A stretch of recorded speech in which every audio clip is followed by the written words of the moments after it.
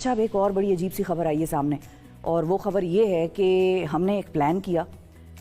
اور ہم نے ایک پلان بنایا، اور میں سوچ رہی ہوں کہ کس طرح سے میں یہ خبر آپ کو بتاؤں اور کن الفاظ میں بتاؤں۔ ہم نے ایک پلان بنایا، اس پلان میں ہم ویسے تو ہماری ایفیشنسی لیولز ہم سب جانتے ہیں، بیوروکریسی کے ہوں، سیاستدانوں کے ہوں، دیگر جتنے ادارے ہیں ان کے حوالے سے ہو، تو اداروں کی ایفیشنسی اوور آل بڑی کم ہے، اور پھر لوگوں کی ایفیشنسی جب ہم اس میں سے نکالتے ہیں تو ایوریج اس کا اور زیادہ کم ہے۔ اب یہ آپ ایفیشنسی کی مثال سنیں اور سر دھنیں۔ چین سے درآمد کی جانے والی $149 ملین مالیت کی ٹرین کی جو بوگیاں ہیں،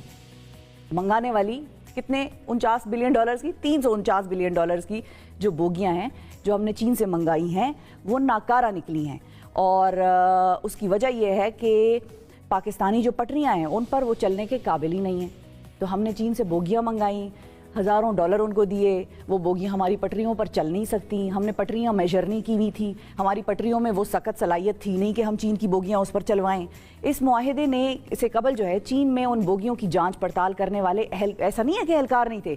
وہ جانچ پڑتال کرنے والے اہلکاروں کی اہلیت پر سوالات اٹھا دیے گئے ہیں، اور انکشاف ہوا ہے کہ اب پاکستان میں ان بڑی بڑی بوگیوں کو چلانے کے قابل بنانے کے لیے لاکھوں روپے مزید خرچ کیے جا رہے ہیں، کیونکہ ہم تو بڑے شاہانہ لائف سٹائل کے عادی ہیں، تو ہم جب تک پیسہ نہ لگائیں تو ہمیں مزہ نہیں آتا۔ ان بوگیوں میں مناسب پریشر پائپس جو ہیں وہ نصب نہیں کی گئی تھیں، جس کی وجہ سے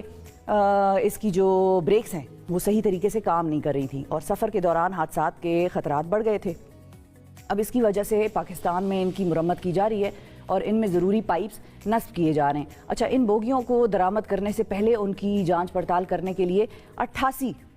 نمبر یاد رکھیے گا، 88 اہلکار پاکستان سے چین کے دورے پر گئے، جنہوں نے سفر اور وہاں رکنے کی مد میں روزانہ $100 کی رقم بھی وصول کی۔ تو 88 ملٹیپلائی بائی 100 اور ملٹیپلائی بائی ڈیز، تو یہ آپ تینوں کو ضرب دے دیں تو آپ کو پتہ چل جائے گا کہ کتنا آپ کا ٹیکس کا پیسہ اس وزٹ پر لگا، جس کے باوجود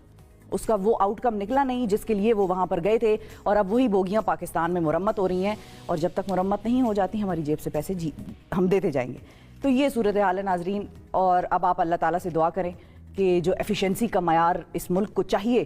اس ملک کے مسائل کو حل کر سکتا ہے، وہ ایفیشنسی کا معیار ہمارے ملک کو نصیب ہو، عطا ہو، اور ہمارے لوگوں کو احساس ہو کہ ہماری جیب سے جاتا پیسہ اور ملک کی جیب سے جاتا پیسہ ایک ہی ہے۔